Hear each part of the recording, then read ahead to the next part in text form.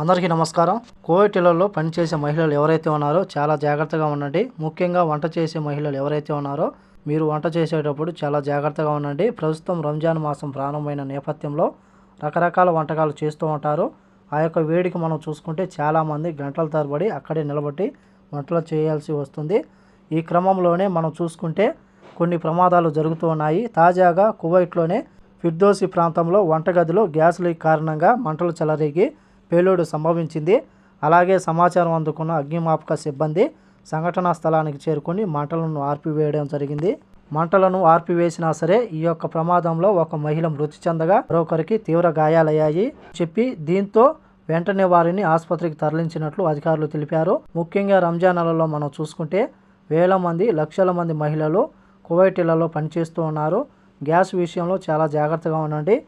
ఏమాత్రం ఆలస్యం వహించినా సరే భారీ మూల్యం చెల్లించుకోవాల్సి వస్తుంది.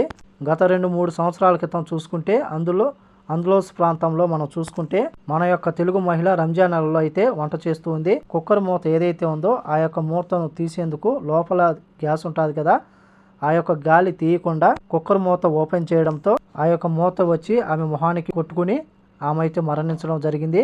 కాబట్టి వంటలు చేసేటప్పుడు చాలా జాగ్రత్తగా ఉండాలని కోరుకుంటూ ఈ వీడియో నచ్చితే లైక్ చేయండి, షేర్ చేయండి, సబ్స్క్రైబ్ చేసుకోండి. నెక్స్ట్ వీడియోలో మళ్ళీ కలుద్దాం. జై హింద్.